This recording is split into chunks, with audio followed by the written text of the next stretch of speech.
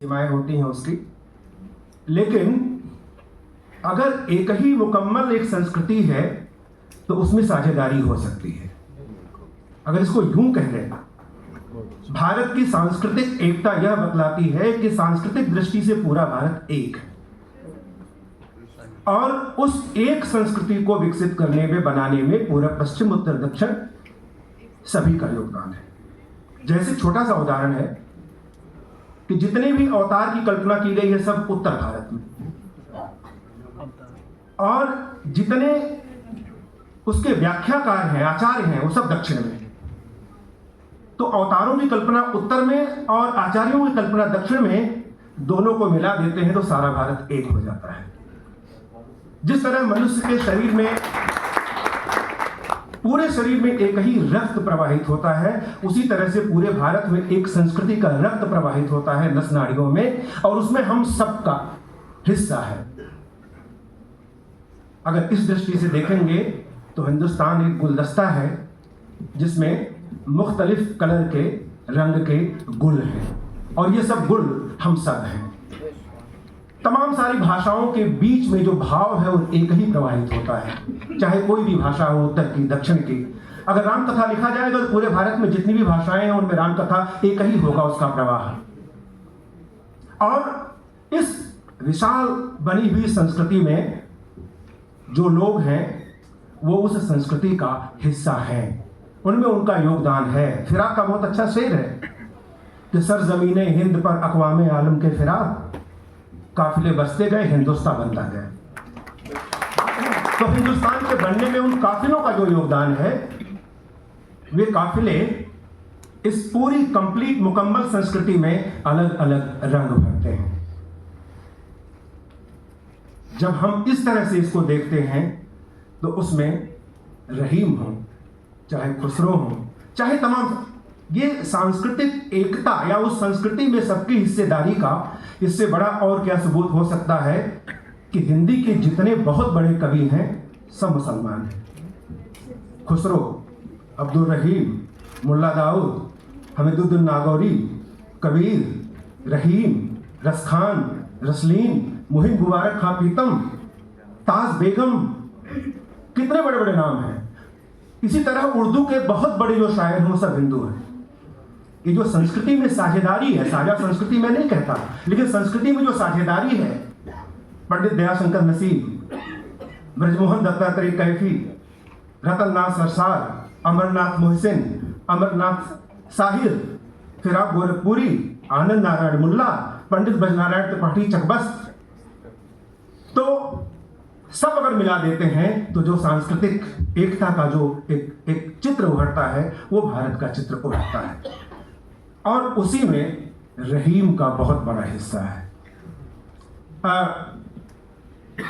मान लीजिए आप भारत से बाहर कहीं जाते हैं, अमेरिका जाते हैं, अफ्रीका जाते हैं, ऑस्ट्रेलिया चले जाते हैं, और आपसे पूछा जाए कि आपके भारत की क्या पहचान है, आपकी आइडेंटिटी क्या है, तो आप जो चीज बताएंगे उनमें चार चीजें मैं समझता हूं आएंगी: राम, कृष्ण, गंगा और हिमालय। इसको अगर आप थोड़ा सा अपने अंतःकरण से मुक्त होकर देखेंगे तो ये पूरे भारत की सांस्कृतिक तस्वीर बनाते हैं। राम, कृष्ण, गंगा और हिमालय। ये कोई आश्चर्य नहीं है कि जितने बड़े कवि हैं वो सब इन चारों प्रतीकों को अपनी कविताओं में प्रयोग करते हैं, और ऐसी ही कविताएं कालजयी कविता मानी जाती हैं। रहीम दोहावली का आरंभ, अभी बात चली थी पिछले सत्र में, वो गंगा से करते हैं। राम पर किस तरह से वो लिखते हैं प्रोफेसर अनिल राय बता गए हैं। कृष्ण की मुरली पर किस तरह से उन्होंने लिखा है, किस तरह वो गिरधर और मुरलीधर दोनों रूपों में महान है, इसकी चर्चा हो चुकी है। हिमालय को धैर्य और गंभीरता और महानता और ऊंचाई और शिखर के रूप में भी रहीम याद करते हैं।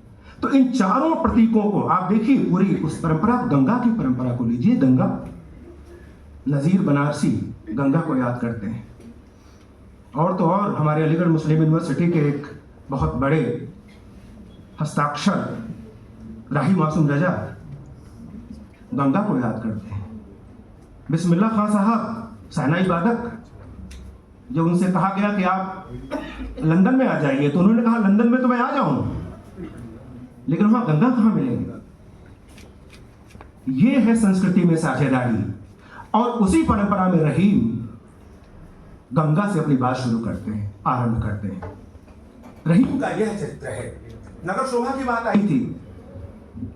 नगर शोभा में जिन स्त्रियों का, श्रमशील स्त्रियों के सौंदर्य का वर्णन है, उसमें कहीं भी कोई अश्लीलता नजर नहीं आती है। हम उसको रीतकाल से तुलनीय इसलिए नहीं मानते हैं कि मान लिया कि ठीक है रीतकाल को प्रेरित करते हैं रहीम, लेकिन वो दृष्टि जो रीतकाल की है वो तो नहीं है रहीम की। और जो विविधता दिखाई देती है रहीम में, एक बात जो नहीं हुई है अब तक, मैं उस पर आप लोगों का ध्यान दिलाना चाहूंगा। जो कवि अपनी परंपरा से जितना अधिक ग्रहण करता है उतना ही वो कालजयी होता है। स्थायित्व तो तभी आता है जब आप परंपरा को भी अपनाते हैं और आधुनिकता को भी देखते हैं।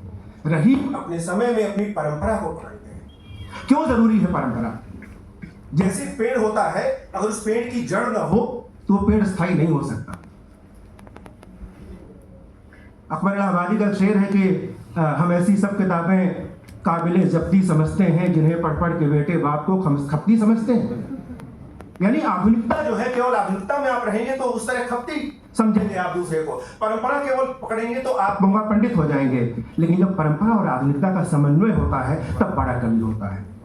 मैंने सुना है कि जापान में एक पेड़ होता है जिसको गमले में लगाया जाता है और नीचे से जड़ें काटते जाते हैं, ऊपर से सींचते जाते हैं, 50 साल का पौधा, छोटा सा पौधा रह जाता है, उसको बोनसाई कहते हैं। जो अपनी जड़ों से कटता है वो बोनसाई बन जाता है। रहीम इसकी शिक्षा देते हैं, इसलिए वो राम की बात करते हैं, वो कृष्ण की बात करते हैं, वो गंगा की बात करते हैं, वो हिमालय की बात करते हैं, क्योंकि ये चारों हमारी सांस्कृतिक पहचान बनाते हैं। रहीम बहुत कुछ लेते हैं परंपरा से। मैं तो देख रहा था, मैं आश्चर्य में करता हूं कि ऐसा वही लिख सकता है। रहीम का जीवन देखें जरा, जिसने अपने पिता का निर्वासन और उनके निधन को करीब से देखा हो, जिसने संस्कृत, तुर्की, फारसी, हिंदी का इतना विराट अध्ययन किया हो, जिसने राजमहल का वैभव भी देखा हो और दरिद्रता भी देखी हो, दानशीलता भी है उसमें, और कुछ नहीं है तो मांगकर खाने की भी प्रवृत्ति है। आप जरा पूरे हिंदी साहित्य में देख के जरा बताइए, ऐसा कौन कवि है जो वैभव के शिखर पर भी रहा हो, युद्धों का नेतृत्व भी किया हो और वो अकिंचन दरिद्र भी हो गया हो। निराला मिलते हैं लेकिन निराला पूरे जीवन दरिद्र रहे। रहीम वैभवशाली भी रहे और निर्धन भी रहे। ये जो दोनों कंट्रास्ट है लाइफ का, ऐसा ही व्यक्ति नीत के दोहे लिख सकता है, जिसको जो जीवन के संघर्ष की भट्टी में तब तक निकला हो, वो रहीम जैसे दोहे लिख सकता है। रहीम का व्यक्तित्व तो इस तरह का है, अमीरी की तो ऐसी की कि अपना घर लुटा बैठे, और फकीरी की तो ऐसी की कि तेरे दर पे जा बैठे। अमीरी और फकीरी दोनों का संगम अगर देखना है तो रहीम को हम देख सकते हैं। रहीम ने 3 तरह के दोहे, दोहों की बात चल रही थी, उसमें नीत के भी दोहे हैं, भक्ति के भी दोहे हैं और श्रृंगार के भी दोहे हैं। आप जरा उस पैटर्न को याद करिए कि 2री शताब्दी ईसा का कवि भर्तृहरि शतक त्रय में यही तो पैटर्न अपनाते हैं, नीत, श्रृंगार और भक्ति या वैराग्य। एक छंद मिला मुझे संस्कृत में, यादव जी, विकृतिम नैव गच्छन्ति संग दोषेण साधवः प्रवेशितम महासर्पे न चंदन विषायते। जय रहीम उत्तम प्रकृति का कर सकत प्रसंग। मैं उसी की बात कर रहा हूं कि जो अपने परंपरा से ग्रहण करता है वो कितना स्थायी होता है। एक और बहुत अच्छा उनका दोहा है, रहीमन दोनों एक हैं जौनो बोलत ना, जान परत है काकपिक ऋतु बसंत के माह। काकः कृष्ण पिकः कृष्ण को भेदो पिक काकयो, बसंत काले प्राप्ते काकः काकः पिकः पिकः। अब शोधार्थी जो बैठे हैं वो ये न समझ लें कि अनुवाद है, अनुवाद नहीं है ये। वही परंपरा से पोषण ग्रहण करते हुए अपनी मौलिकता को आपके सामने रखना अगर अनुवाद एक कला है तो तुलसीदास बहुत बड़े अनुवादक हैं, जिसके कारण आचार्य रामचंद्र शुक्ल ने बड़ी प्रशंसा की है, और उसी खराब अनुवाद के कारण केशव की बड़ी बुराई की है। अनुवाद के बारे में कहा जाता है ना कि if faithful not beautiful, if beautiful not faithful. अनुवाद अगर अच्छा है तो प्रामाणिक नहीं होगा, और अगर प्रामाणिक है तो अच्छा नहीं होगा। लेकिन जब तुलसीदास या रहीम करते हैं, उसका अनुवाद या भावार्थ लेते हैं, तो वो अच्छा भी होता है और खूबसूरत भी होता है, प्रामाणिक भी होता है। एक बात और बड़ा मजेदार मुझे मिला, खेत कौतुकम की चर्चा की डॉक्टर हैगल ने। खेत कौतुकम ज्योतिष ग्रंथ है।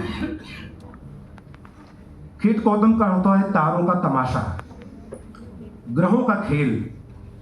एक छंद मिला है यादव जी, जरूर मैं कहना चाहूंगा। मैं मान के चलता हूं कि भारत में 95% लोग भाग्य में विश्वास करते हैं, ज्योतिष और ज्योतिषी गणना में विश्वास करते हैं। वो अलग बात है कि बहुत कम ऐसे प्रामाणिक लोग हैं। अरे भाई, दूर कहाँ जाते हैं। हमारे गुरु भाई बैठे हुए हैं प्रोफेसर दुर्गा गुप्ता जी, और हमारे गुरु दादा आचार्य हजारी प्रसाद द्विवेदी ज्योतिष में आचार्य थे, रामोर जी के गुरु। तो अब ज्योतिष में प्रामाणिकता है, उस ज्योतिष की बात करते हैं रहीम। जरा देखिएगा, एक दोहा देखिएगा, छंद है कि यदा चश्म खाने भवेत आफ्ताबे। अद्भुत लगा मुझे ऐसा प्रयोग। काफी संस्कृत का भी थोड़ा बहुत अध्ययन है, बाकी और भी चीजें देखता हूं, ऐसा अद्भुत प्रयोग मुझे कहीं नहीं मिला। यदा चश्म खाने भवेत आफ्ताबम तदा ज्ञानहीनो अथ गुस्सा बरूदम तदा संगदिल संगको द्रव्यहीनः स्यान न होशो हवासम।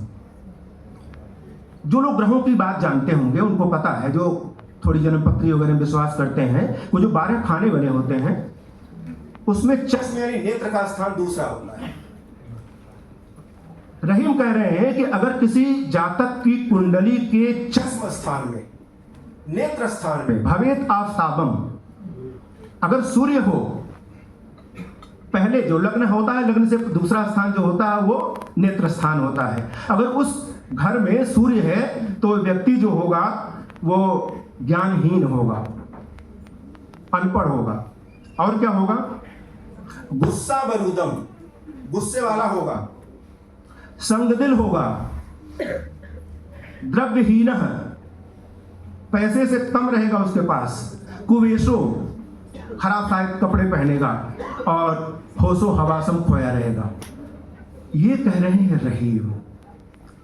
अब यहां भी देखिए किस तरह से परंपरा को ग्रहण करते हैं। भारतीय हिंदू मैथोलॉजी में सबसे जो प्रामाणिक ग्रंथ माना जाता है ज्योतिष का, वो माना जाता है रावण द्वारा रचित रावण संहिता और भृगु द्वारा रचित भृगु संहिता। मेरा ज्योतिष में या धर्मशास्त्र में कोई इस तरह का विश्वास नहीं है, उसको गलत मत लीजिएगा, लेकिन मैं उदाहरण दे रहा हूं। रावण ने जो रावण संहिता लिखी है उसमें एक छंद आता है। रावण कहता है रावण संहिता में कि सभाधिकारी शशजीव लगड़े रत्न से युक्ता बहुभाषितम च शत्रु विजय देव दानोधिकारी लंकापति एवं भरत दशानन। अगर किसी की कुंडली के लग्न में चंद्रमा और बृहस्पति हैं तो गज केसरी योग बनाते हैं, वो सभाधिकारी होगा,